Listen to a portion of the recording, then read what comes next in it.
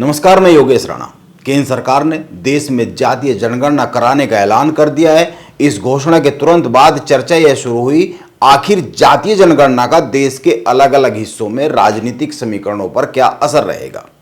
उत्तर प्रदेश में राजनीतिक समीकरण कैसे बदलेंगे और उत्तराखंड में इसका क्या असर रहेगा राजनीतिक समीकरणों पर, गणित पर। हम बात उत्तराखंड की राजनीतिक सरगर्मियों पर करते रहते हैं, तो जातीय जनगणना के बाद उत्तराखंड में बीजेपी कांग्रेस के साथ साथ जो उत्तराखंड के 10-15 जमे जमाए नेता हैं, उन पर इसका क्या असर पड़ सकता है, यह समझना चाहिए। आप सबसे पहले कुछ आंकड़ों को देखिए। जातीय जनगणना की घोषणा के बाद अभी पिछले 1-2 दिन में जो मीडिया में खबरें आई है, जो आंकड़े आए हैं, वो बताते हैं उत्तराखंड में सबसे अधिक ओबीसी जनसंख्या उत्तरकाशी जिले में है। इसके बाद हरिद्वार और उधम सिंह नगर जिले का नंबर आता है।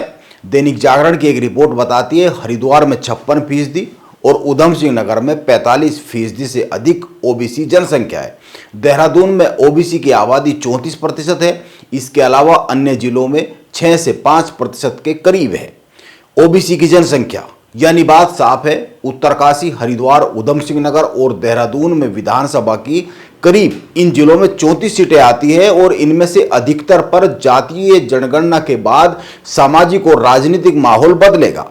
ऐसा नहीं है अभी इन जिलों में ओबीसी वोट को राजनीतिक दल तरजीह नहीं देते, अभी भी इन जिलों में ओबीसी वोटर को तरजीह दी जाती है। लेकिन जब फाइनल परिणाम आएगा, फाइनल डेटा आएगा, उसके बाद तस्वीर बदलेगी, उसके बाद माहौल बदलेगा, वो बात ही अलग होगी, उसके असर ही अलग होंगे।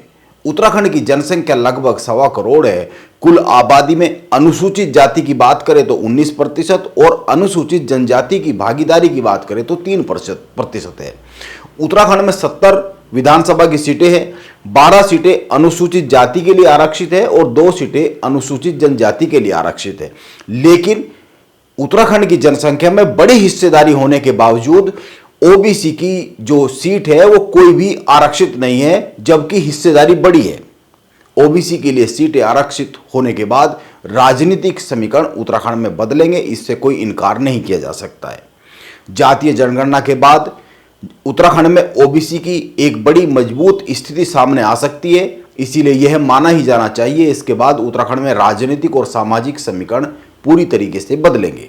उत्तराखंड गठन के बाद से ही अगर देखें तो राज्य की राजनीति में ब्राह्मण और ठाकुर जो फैक्टर है, ब्राह्मण और राजपूत फैक्टर है, वो हावी रहा है।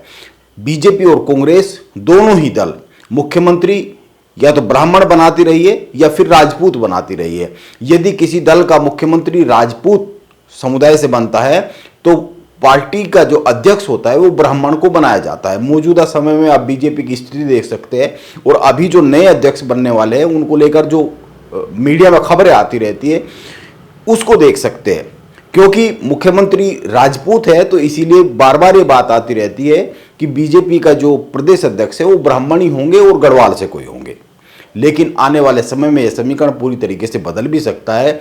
अभी भी बीजेपी के भीतर गाहे बगाहे यह चर्चा होती ही रहती है कि इस बार प्रदेश अध्यक्ष दलित या फिर पिछड़े समाज में से किसी को बनाया जा सकता है। अगर महिला भी किसी को बनाया जाए तो वो भी इसी समाज से आ सकती है।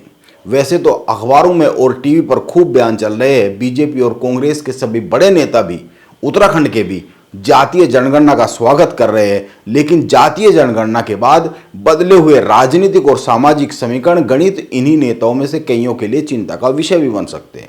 इससे इनकार नहीं किया जा सकता। आने वाले कुछ सालों में राजनीतिक तस्वीर पूरी तरीके से बदल भी सकती है। दलित और ओबीसी समुदाय से आने वाले कुछ चेहरे राजनीतिक तौर पर वो तेजी से उभर सकते हैं, उनका उभार देखने को मिल सकता है। आप एक बात पर गौर कीजिए, बीजेपी ने नरेंद्र मोदी के प्रधानमंत्री बनने के बाद ओबीसी समुदाय में बड़ी पकड़ बनाई। लेकिन 2024 के लोकसभा चुनाव का जो परिणाम आया उसके बाद यह संकेत बहुत साफ साफ मिल गया कि यह पकड़ कमजोर होती हुई दिख रही है। बीजेपी ने 2024 के लोकसभा चुनाव में 400 पार का नारा दिया, जिसको बीजेपी हासिल नहीं कर पाई। हासिल करना तो दूर, अपने बूते बहुमत का आंकड़ा भी नहीं हासिल कर पाई। चुनाव के बाद कई सर्वे आए और उन सर्वों में यह दिखा कि बीजेपी ओबीसी वोट बैंक को उस तरीके से अपने पास नहीं ला पाई जैसा 2019 में किया था। इस कारण 400 पार का नारा जमीन पर नहीं उतर पाया। इसीलिए बीजेपी के पास ओबीसी वोटर में अपनी पकड़ को बरकरार रखने के लिए कुछ तो जतन करने ही पड़ेंगे। यह निर्णय इसी दिशा में उठाया गया बड़ा कदम माना जा रहा है।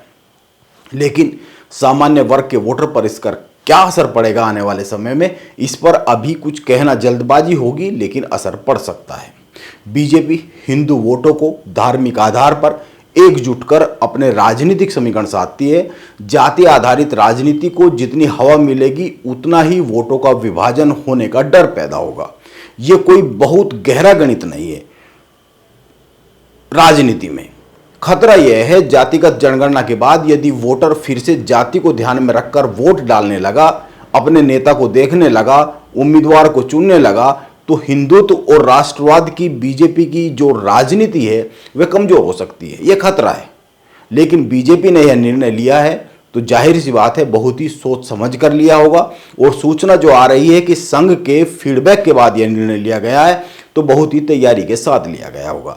यह माना जाना चाहिए बीजेपी समीकरणों को वैसे भी आखिर तक आते आते अपने पक्ष में साध ही लेती है। जैसे सूचनाएं आने लगी है, जनगणना में यह भी पता लगाया जाएगा मुसलमानों की जातियों के साथ साथ धर्मांतरण करने वालों का आखिर सही आंकड़ा क्या है। मुसलमानों में भी करीब 36 जातियां हैं जो आरक्षण के दायरे में आती है। इनको ओबीसी का लाभ मिलता है, ओबीसी कैटेगरी में आती है। इसीलिए अभी कुछ भी कहना जल्दबाजी होगी। यह देखने की जरूरत है कि जो जातीय जनगणना होगी उसमें सवाल क्या रहेंगे, उसका आधार क्या रहेगा, और उसके बाद जो फाइनल डेटा निकल कर आएगा उस पर क्या फैसले लिए जाएंगे। नमस्कार, मैं योगेश राणा।